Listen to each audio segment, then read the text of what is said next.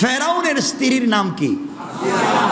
আসিয়া কোনোদিন জান্নাতি হতে পারতেন না, কারণ ওনার সঙ্গে মেলামেশা করেছে ফেরাউন।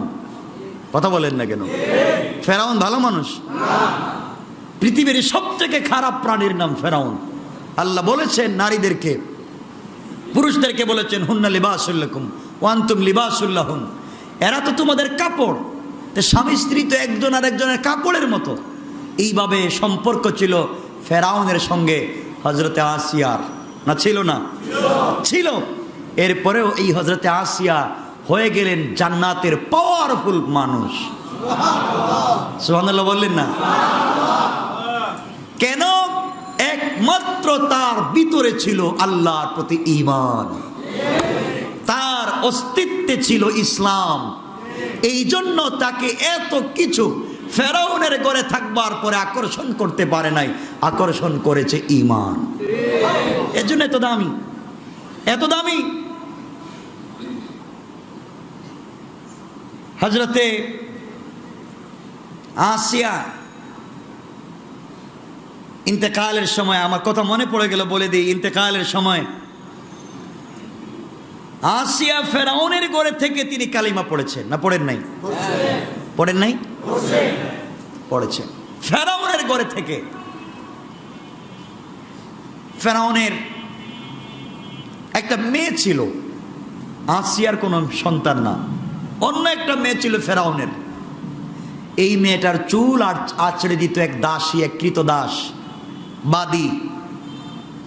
একদিন চুল আঁচড়ে দিচ্ছে ফেরাউনের মেয়ের, আর ওই কৃতদাসীর হাত থেকে চিরুন মাটিতে পড়ে গেছে।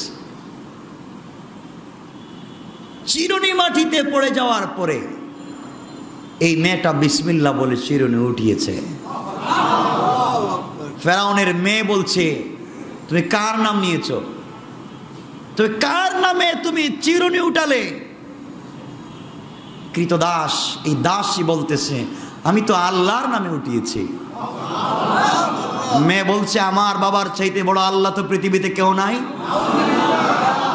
এই কৃতদাস ছোট্ট একটা চাকরি করে, সে বলতেছে যে আমাকে কৃতদাস বানিয়েছে, যে ফেরাউনকে ক্ষমতা দিয়েছেন আমার আল্লাহ, তোমার আল্লাহ, এই ফেরাউনের আল্লাহর উপরে আমি ঈমান এনেছি।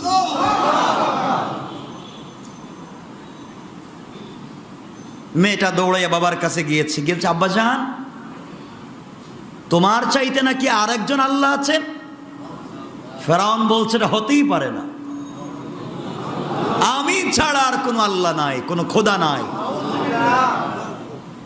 ফেরাউনের মেয়ে বলছে, বাবা তাই যদি হয় তাহলে আমার যে কৃতদাসী আমার চুল আঁচড়ে দেয়, তার চিরুনি পড়ে গিয়েছিল মাটিতে, সে বিসমিল্লাহ বলে উঠালো, সে আল্লাহ আবার কে?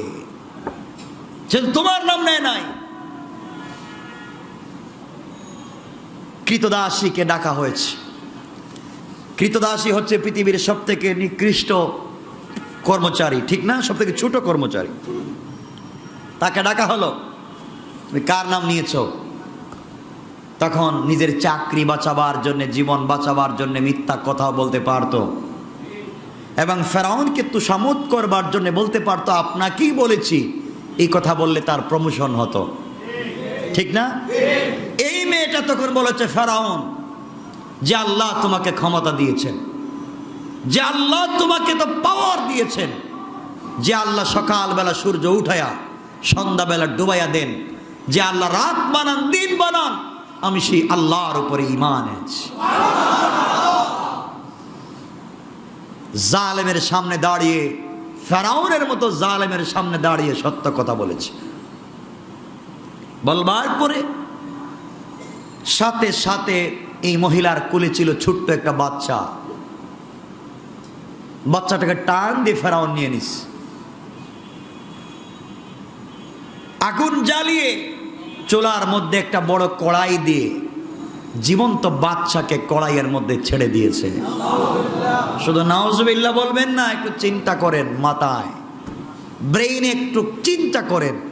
একটা জীবন্ত বাচ্চাকে মায়ের সামনে কড়াইয়ের মধ্যে, তেলের মধ্যে ছেড়ে দিয়েছে। কিছুক্ষণ পরে শরীর থেকে, মাংস থেকে হাড্ডি আলাদা হয়ে গেছে, আলাদা হয়ে গেছে, শরীর ঝলসে গেছে। রূহ ডাক দিয়ে বলছে, মা আমি তো জান্নাত দেখতে পাচ্ছি, তুমি যা বলেছো তার উপরে থাকো, আমার জন্য টেনশন করো না, আল্লাহ তোমার জন্য অপেক্ষায় আছেন। আল্লাহ, তুমি কিসের চিন্তা করো মা? লা তাহজান, ভয় পাইও না, ভয় পাইও না মা। তার একটা মেয়ে ছিল, তাকেও টান দিয়ে নিয়ে আগুনের মধ্যে ফেলে দিয়েছে।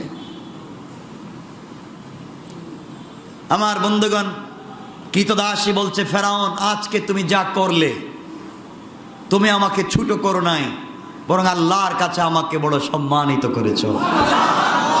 তোমাকে ফেরাউন বলছে, শোনো, আমার একটা সন্তানকে আমার চোখের সামনে তুমি কলাইয়ের মধ্যে ফেলে দিয়েছো, এইভাবে যদি আমার হাজার লক্ষ সন্তান থাকতো, আল্লাহর নাম নিয়ে তোমার সামনে কলাইয়ে ছেড়ে দিতে 1 মিনিটও দেরি করতাম না।